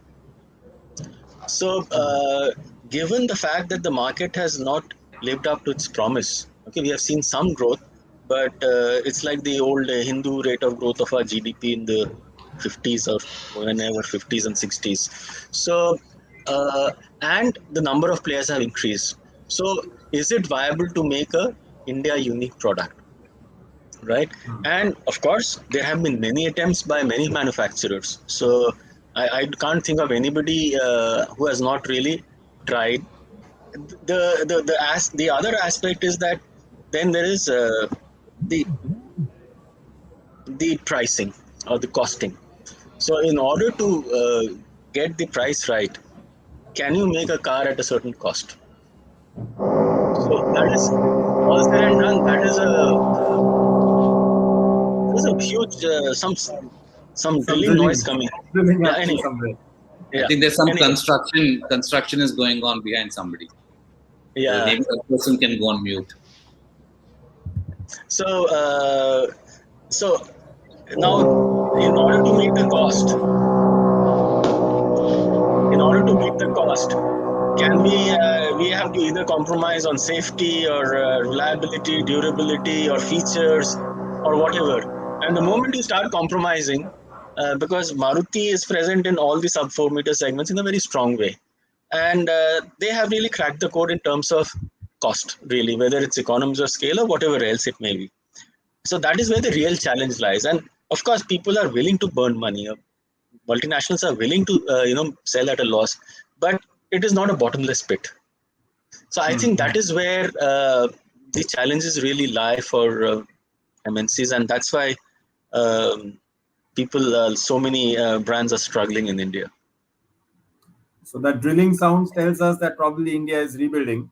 But excellent. But Sudhir, do you think this argument that India hasn't lived up to the potential as a market, as an economy that everybody was touting about in 2010s of the world, that is also the time when Ford made all those big investments. Do you think that is a valid argument that has probably disappointed some, and maybe this decision will not carry forward both by GM and Ford? Who knows who's next?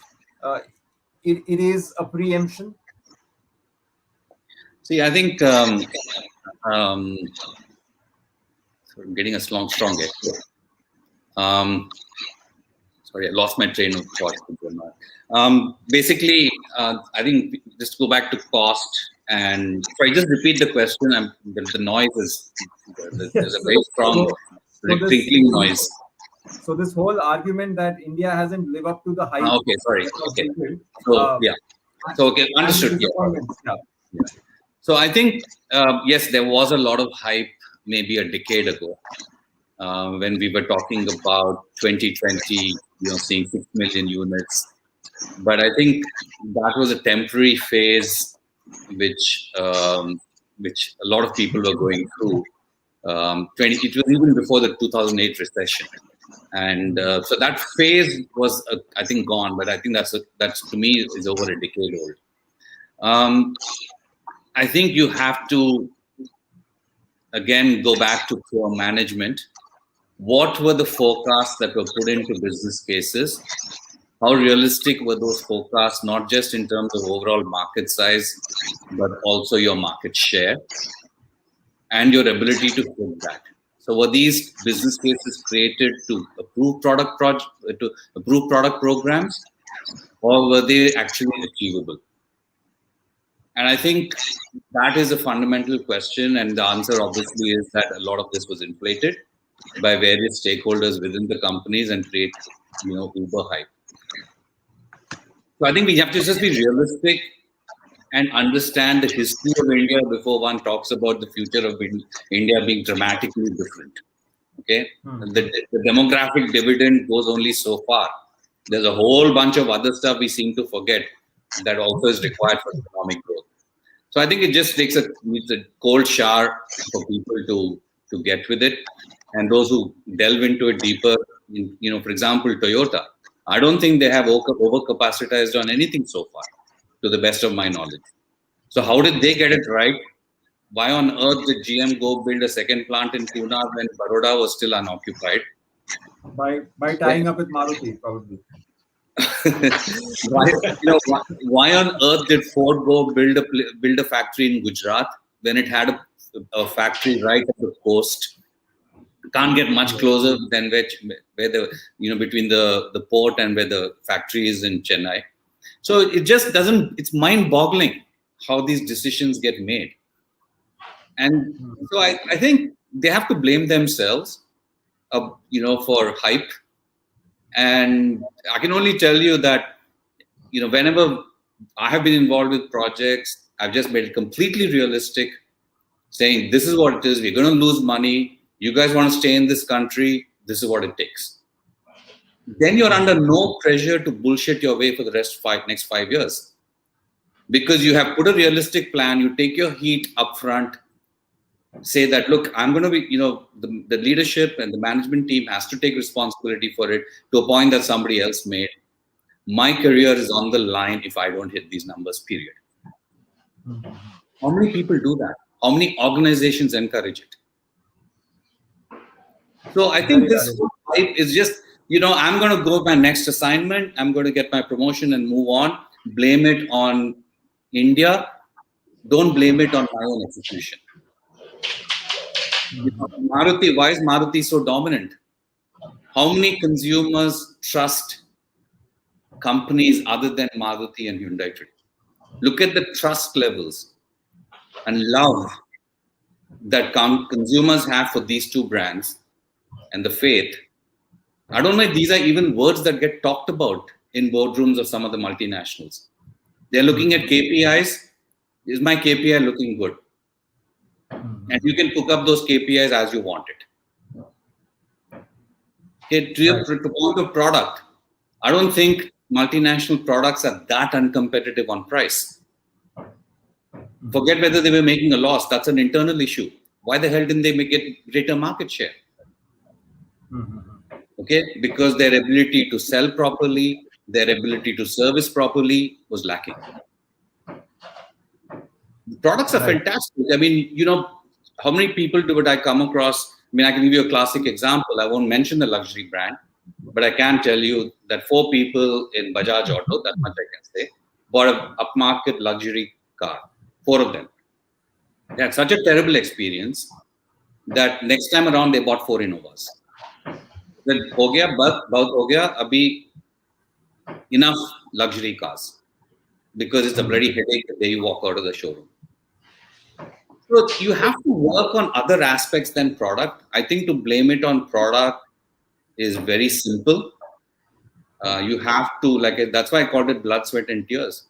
Going into Gemba and working on workshops in dealerships, seeing how practices are actually being followed, making sure that 10 customers are not getting the same printout for wheel alignment with just the number plate changed. All true, all true. And getting away with it. So Vinay, I'll come to you. There is that point raised about unrealistic expectations. And it's a very contrasting strategy that, for example, Ford adopted vis-a-vis Hyundai. We've been hounding Hyundai for years now, saying, when is your third factory going to be announced? And they have been sitting still, saying that, no, we are managing with 2 factories. We have about 7 lakh of capacity and we are fine. And obviously, they are juxtaposing it with what exports do they have and how much will they prioritize the domestic market, etc. But Ford went ahead in a span of just about 4 years, doubling capacity at Chennai, then announcing a new factory in Gujarat. Uh, do you think it was unrealistic expectations, not factoring in that not everything will go right and there will be some shocks down the way? So I think two fundamental things about capacity. One is that capacity is a step function, right? You can't go it in steps like 10%, 20%. It is either 100 and the next step is 200. I mean, there's nothing in between, unfortunately. The fact is that to the point that everybody made over here, you have to make a commitment. In this business, it's like either you go the whole way and you don't go into it, tiptoeing into it. So the idea is that when you're a global player and you have a certain plan which is aligned with a lot of the global markets, it's all of us coming together, adding our volumes and doing it. As you know, at the time when the second factory was made, it's all part of the 1-4 plan. Have a consistent platform. We have capacity not just for India; it was a global capacity that was being cumulatively added up. There were expectations of certain free trade agreements that would allow these products to go into other markets that are very similar in terms of product profile and in terms of other expectations that would be for the products that were being designed. So there were a lot of assumptions. There were a lot of we go it when you make a management decision, you don't do it by hearsay. You do it by probabilistic sort of calculations and calls. Yes. And there's a chance that things could go wrong and there's a plan B then. Yes, we had plan Bs. And the plan B was always that how do we make sure that the market in which the plant is located is also enhanced. That's really where it comes. There's a big portion of it which is export related. There's also a big capacity which is sort of geared up for the market. And if plan B comes, we'll enhance the local market and then make sure that we could leverage all the supply chain and all the product development that happened. So I think all of those were in play. And the fact is that the next product development is that yes, we work it with a local player. We don't have that capability. We are to be humble enough to accept that and look for another partner was also a big part of the challenge. The whole aspect is that also doesn't work out. So the point is there is plan A, B, C, D. They're all of them being tried out. I think if anything, Ford made a full attempt at every possible options, creating options for itself and the market. It's not just about product, as you rightly said. It's also about the overall, services related with that. How do we add more revenue streams into the process? Ford wasn't just into product in terms of manufacturing. We've also gone into business services. We've gone into a host of other servicing that is there, which is core strength in the market. We went into those development activities also. So I think here, it's not that we're exiting. I think that's really the narrative that's being done. There's a business restructuring. There's a business refocus. Can we make a licensed manufacturing? Could you do other things like that with the capacity that you created? All started. The thing is that I think some of the new players, and ironically, the Chinese, which has a lot of capacity, we don't have the ability right now, for example, to do that kind of. Otherwise, there could be other opportunities to use the capacity which was there. That's also a planning part of the process. So I don't think it's about the decision-making process. Those decisions were taken. It was actually comes together that when the time comes, is it coming into the assumption that we had assumed, or the other new factors that have come in? Are we agile enough to move with adapting it? Those are challenges that have come in. They were tried out. Different options were created. Different options were considered. But unfortunately, they're all suboptimal. And therefore, the decision now to do what it has to do is purely business. And it's purely the fact that, yes, there's a host of other technologies that have to be invested in. There's a host of other collaborations that have to be started. And I think that's going to be figured out for the rest of the world right now, and maybe not so much within the India framework. That's where I think thank you. We are past 4 o'clock, so we just have some minutes left where we can take a few questions. So there's one question that has come in, and it reminds me of a chat I had with you, Mayank San, in Bombay House about the potential that electrification brings in. And the question is whether this is a challenge for especially the fringe players in India right now, those who have less than 5% share. Is that a challenge for them, or is that an opportunity? because all of them are invariably global car makers. So the electrification is happening somewhere else. So they don't have to fund all that technology, which is probably not the case for Maruti so much, because Maruti has to do a lot of heavy lifting on this alongside Toyota. So is that a challenge for these small car makers, or is that also an opportunity? I think new technology introduction is always an opportunity to break the status quo, and I take it that way. Honestly, EV is a concept whose idea has come now, whose time has come. It's an idea whose time has come, and it's a matter of time before you will see EV coming in big way. Now, you mentioned that all these players are global makers, and again, I think we'll make the same mistakes. They were global makers of IC engines also, and some of them famously could not do it in India. They will have to come out with solutions that are India specifics. Yeah. Wonderful things are happening in electric. Battery prices are dropping. India is creating infrastructure, charging infrastructure. Recently in Bombay, they passed a regulation. Each township will have a charging infrastructure. So I think that's a very positive thing happening. I'll give you an example. Automobiles took around 50 years to reach a volume of 50 million vehicles, IC engine. Now in 15 days we sell that. 15 every year we sell 52 million vehicles. So similarly telephones took 50 years for reaching. Now in 15 days we reach 50 million. EV, to me, I think most of these 5 people on this phone, our next car will be EV. EV is a big idea. And it will not, big players will not have interest to break the status quo. Obviously, they enjoy the monopoly, leadership, etc. The small people, and I think that's a huge, exciting opportunity for me as an auto guy. The small people can really go a big run for money to big giants. I think one question which I would like to earlier address this point earlier, very good that and Sudhir mentioned that you go really berserk in planning. I think the typical trait we have from irrational exuberance that, nothing can go wrong tomorrow, to we come to extreme distress that there's no tomorrow. And we swing in between the two. We are not done well, but I think this is not the end of the story. India's story, and Gani mentioned long term, and how long term is long term, I don't know. I wish I knew that. But I think immediately, an EV is a big opportunity there.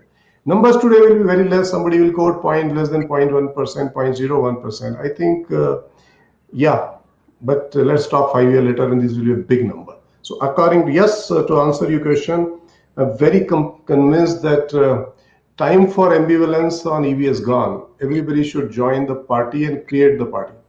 And the early bird take all the worms. Later we'll be just discussing policies are not good and blah, blah, blah. It's just a big, and one company you mentioned there, they will have to do heavy lifting. So be it, it's time actually, somebody else comes. Right. One question that has come in is asked by Sanjay. He asks, so in a nutshell, what are the key issues, concerns that needs to be addressed by current car manufacturers and new car entrants?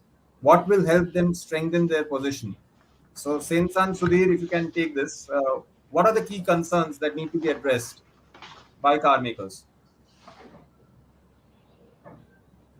Ganeshwar, you want to go first or I'm going first? Okay. So I think people have a lot to learn from Maruti and Hyundai, which is the love and trust. And I did want to make a point before I ended about recognizing what Mayank did. Professor Parikh did in Tata Motors. And I really admire him for continuing, but more than continuing, I think embedding the culture of customer service. And, you can call it different words, but in simple terms, customer service, customer connect, customer belief in the brand. I really, really applaud him for that, because I think that was the only thing standing between Tata Motors and success. I'm a great believer in customer satisfaction. That word of mouth is more important than anything else from a consumer perspective. Spend zero money on marketing if I was king, and spend all the money on helping customers be happy with their purchase. As far as new entrants, start in a very focused, frugal manner. Don't come in with big bang, high cost structures, because once you create those expensive cultures, it is very, very difficult to dismantle it. I'm a great admirer of the Maruti culture. And you heard me say this, Sumant and others, that a Maruti regional manager based sort of, say, a Mumbai or a Delhi, handling one of the 4 or 5 zones, Mayank or Janish will correct me, they command a greater scope than virtually any other sales service marketing head in this country. And yet, look at those people, how humble they are, how grounded they are, and how the equivalent people handling a far lesser scope are la-di-da. That is the sweet spot. That is the elixir or the whatever that secret recipe is. Just focus on customers and reduce your cost. If you've had good products and you are confident that the product it's safety, good performance. I mean, Skoda products, for example, brilliant. I find it hard to. I mean, I find it so hard to find a customer who didn't like the product, but there's so many other things they didn't like. Right. Okay, so that is I think it's very easy. It's all about execution, in my personal opinion. And one, just if I may, Janish, sorry, is on the EV thing. I was a European program manager for a car called EV1, or it was at that time called Impact in GM 3 decades ago.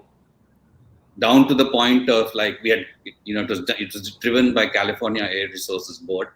So I've seen this market not develop for 30 years, and everything there's always hype.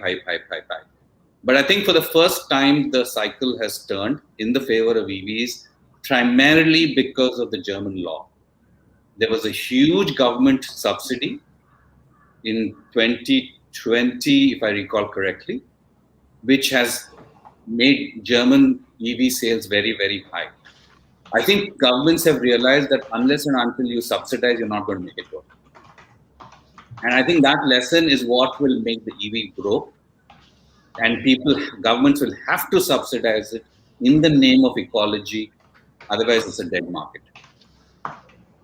Sensan, you would want to add something? I think what Mr. Rao mentioned about customer is absolutely right. Because one of the challenges which most of the manufacturers face is if you see the product life cycle. So most of the models sell on novelty. And as a result of that, when something newer comes into the market, there is a certain set of customers who will go towards that. And the conservative buyer who's looking for trust will still go for Maruti and then Hyundai and all that. So, instead of having a graph like this, it goes like this and then comes down. So, building trust, and I think Mr. Rao has spoken enough about it. So, the other aspect, one aspect which I could add is that